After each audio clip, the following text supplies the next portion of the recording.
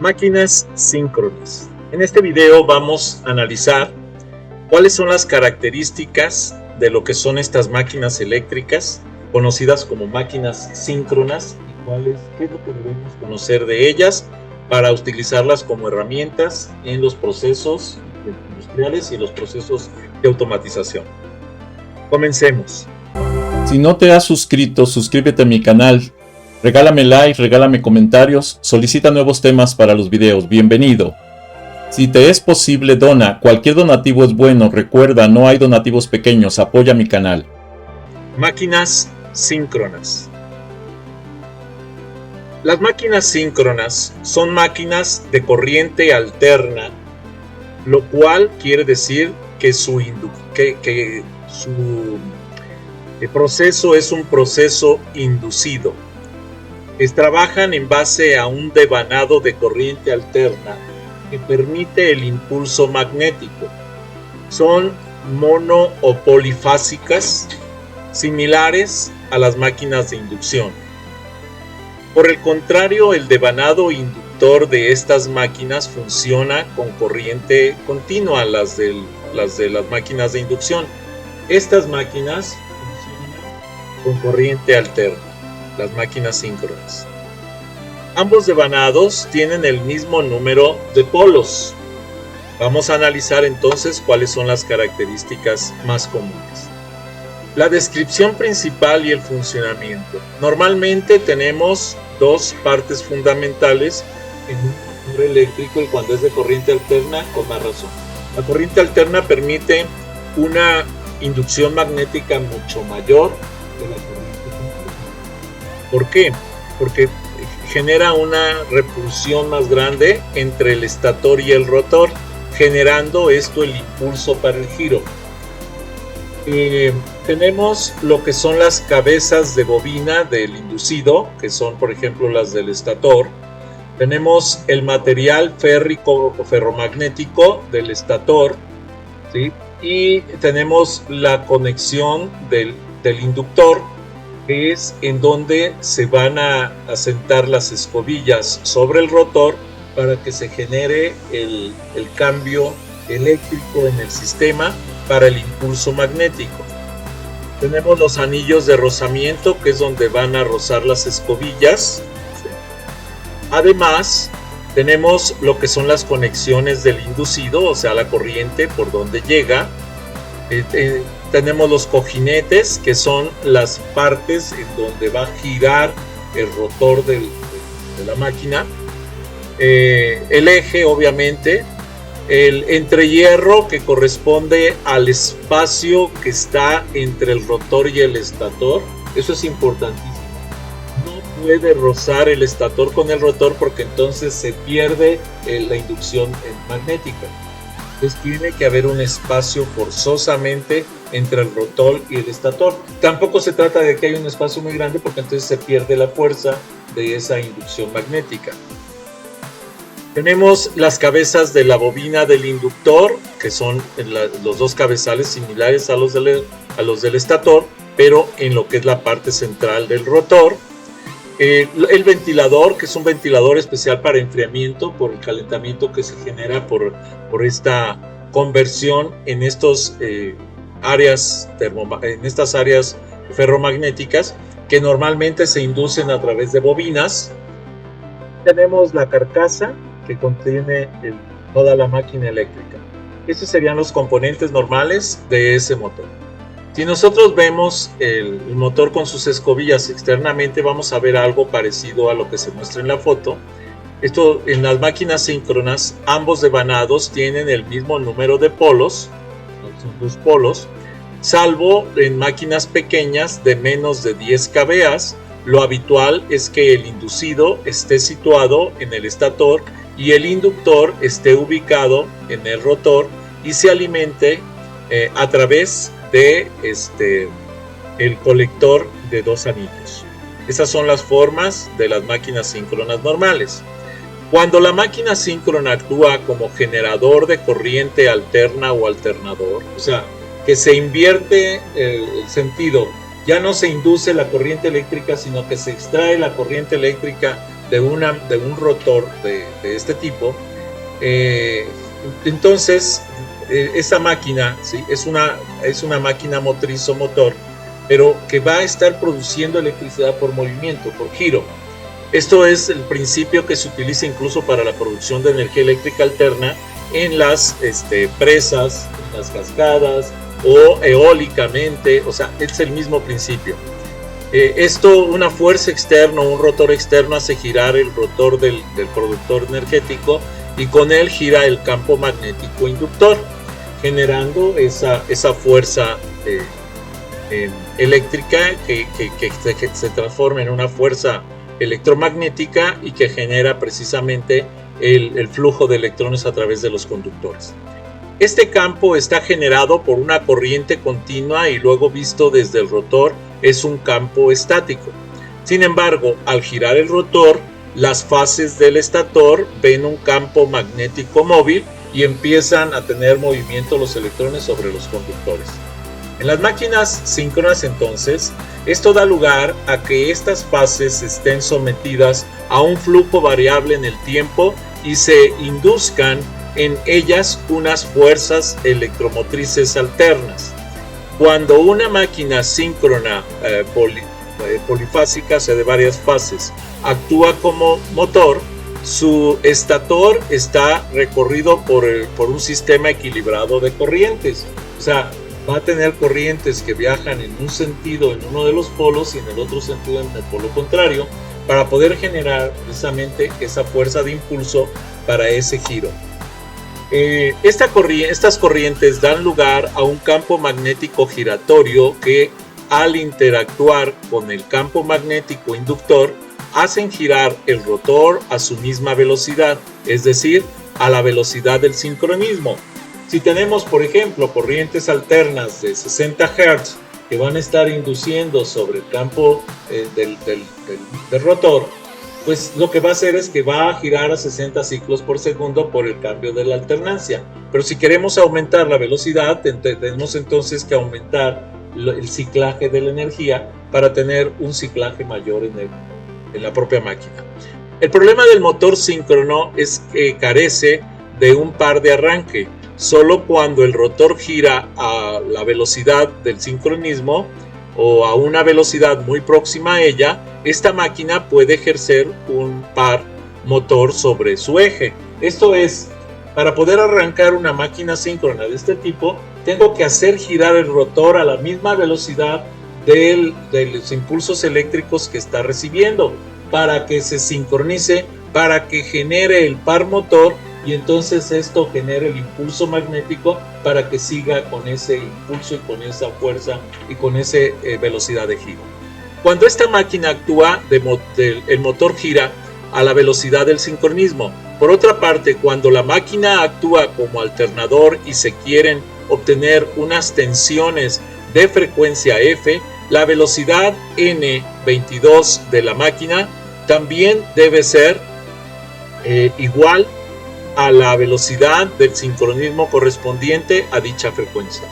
Este sincronismo se puede cambiar incluso a la entrada por medio de bancos, de puentes rectificadores y de bancos de capacitores que cambien la frecuencia, o de cristales que permitan el cambio de frecuencia de la energía eléctrica, y eso me permite hacer variar la velocidad de giro de un rotor, que puede ser mayor o menor dependiendo del sincronismo que logremos. Luego, estas máquinas giran siempre a la velocidad, decíamos, del sincronismo, de ahí su nombre de síncronas. Precisamente como su nombre lo indica, giran a la velocidad que viene el cambio de la alternancia en la energía electrica. Entonces, si nosotros tenemos un ciclaje de 60 ciclos o de 120 o de 200, pues es la velocidad a la que va a girar ese motor, pero también es la velocidad a la que tenemos que llevar ese rotor para que logre ese par con el sincronismo de la energía eléctrica y se logre esa velocidad de giro. A partir de ahora, salvo que indique otra cosa, se va a referir a máquinas síncronas actuando como generadores de corriente alterna o alternadores. Entonces las máquinas síncronas normalmente se van a utilizar como generadores o alternadores. Estos van a acoplar, son motores que van acoplados rápidos, deben tener pocos polos, mientras que las que se acoplen a motores lentos han de tener muchos polos. Esto hace que hayan dos diseños básicos para las máquinas síncronas, de polos salientes y de rotor cilíndrico, que también se denominan polos lisos o de rotor liso. Esto es entonces de polos salientes, que serían como el que está aquí en la imagen a la izquierda, o de rotor cilíndrico, como este que tenemos en la imagen B o la imagen de la derecha.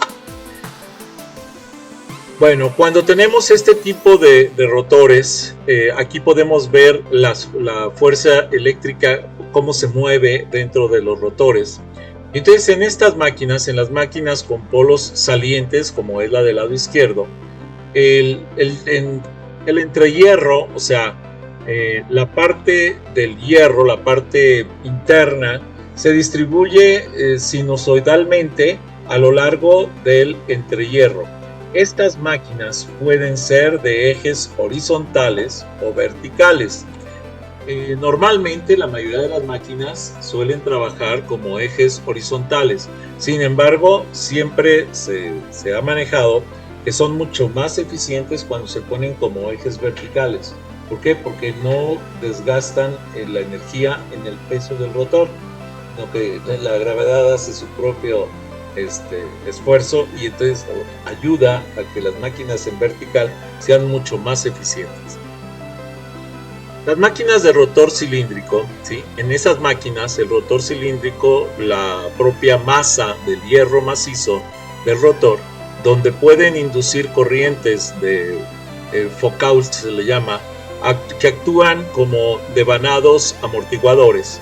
¿Sí? Estas máquinas son las que pueden tener un giro más estable que las otras, de hecho, en algunos casos para reforzar el efecto de devanado amortiguador en las ranuras del rotor, cuya misión principal es alojar el bobinado inductor, y se colocan además unas tiras o unas barras conductoras que actúan como barras en una jaula de ardilla. Esto es para la transferencia eléctrica. El análisis lineal mejorado de una máquina síncrona de rotor cilíndrico, existe un análisis lineal en esta máquina síncrona con el que se obtiene una mejor precisión que con el método de Ben Schoenberg. Para ello no se supone que la máquina no se sature, sino que está saturada. O sea, la máquina saturada es aquella que permite el flujo de electrones en su mayor parte de la masa. Se va a suponer que la máquina va a funcionar con una característica de vacío ideal y lineal, y que es la recta de saturación constante que corta las características de vacío en el punto del FEM, que es una frecuencia específica de modular.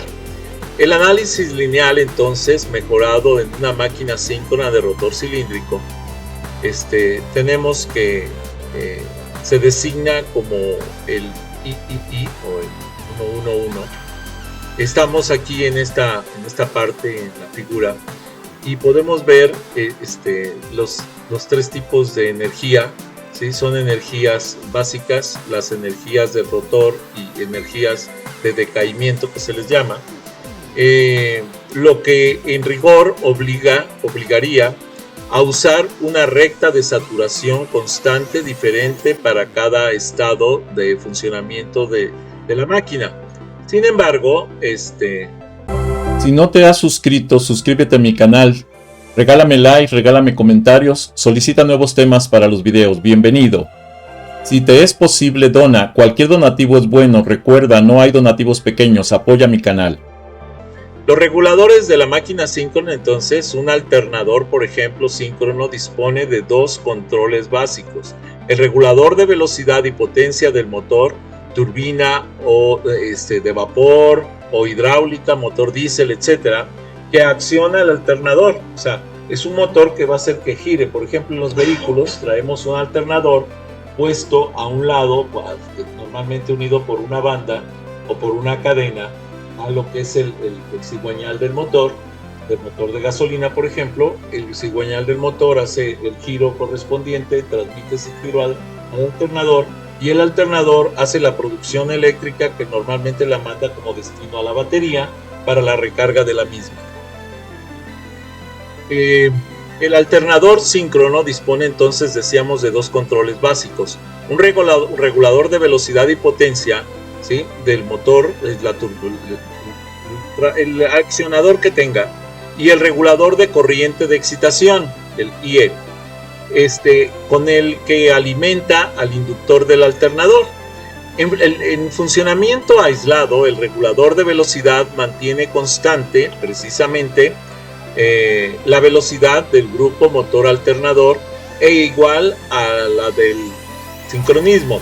De esta manera se mantiene constante la frecuencia. La velocidad controlada es precisamente la frecuencia de la misma.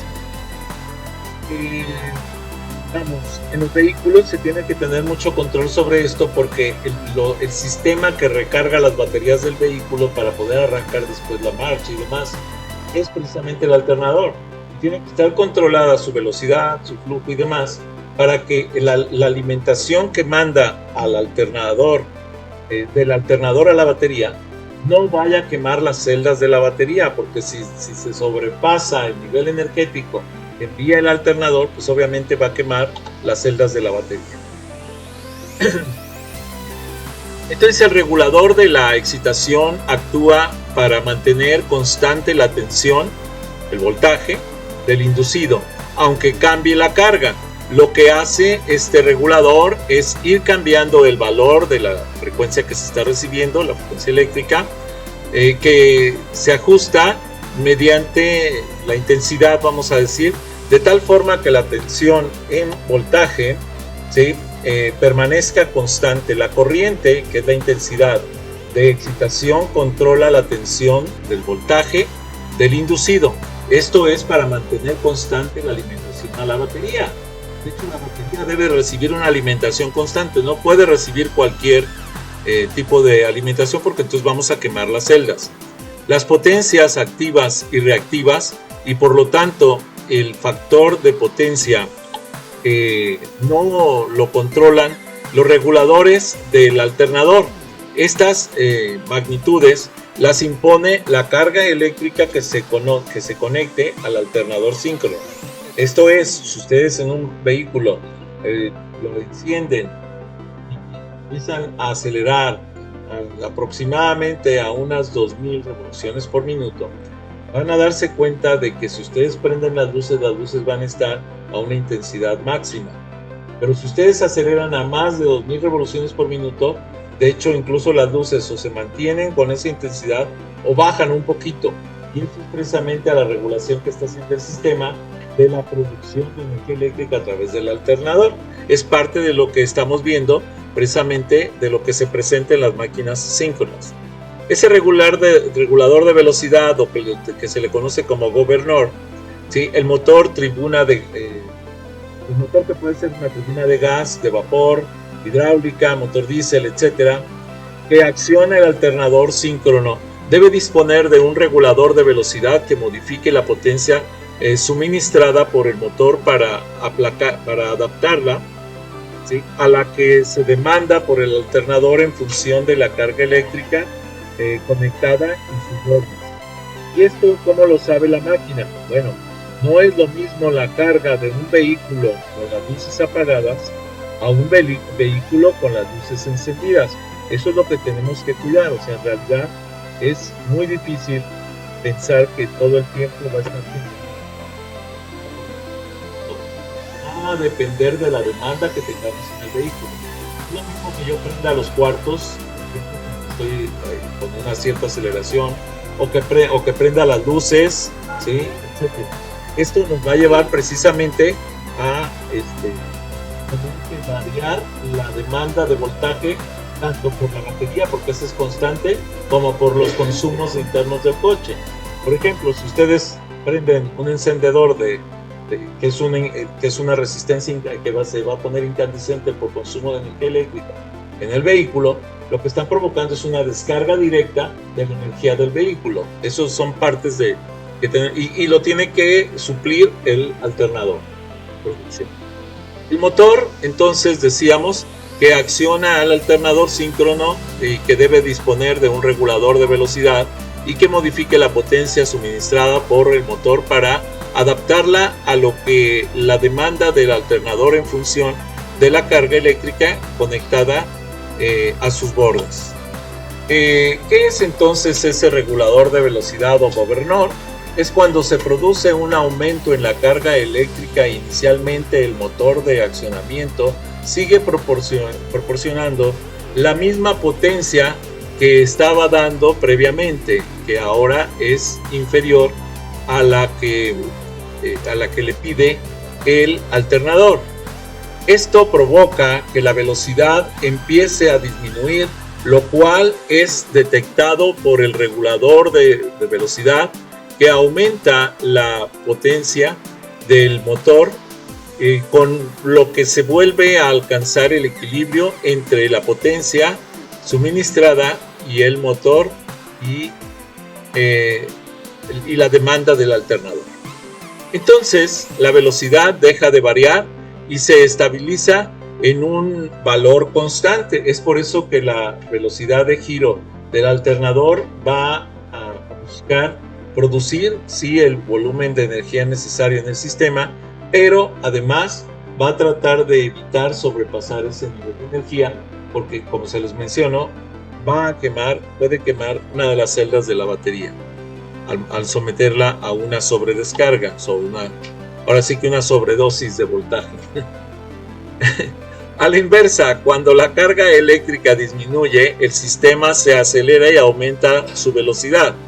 El regulador de velocidad reacciona entonces reduciendo la potencia del motor de accionamiento y volviendo a equilibrar las potencias suministradas y demandadas, lo que hace que la velocidad vuelva a estabilizarse en un valor constante.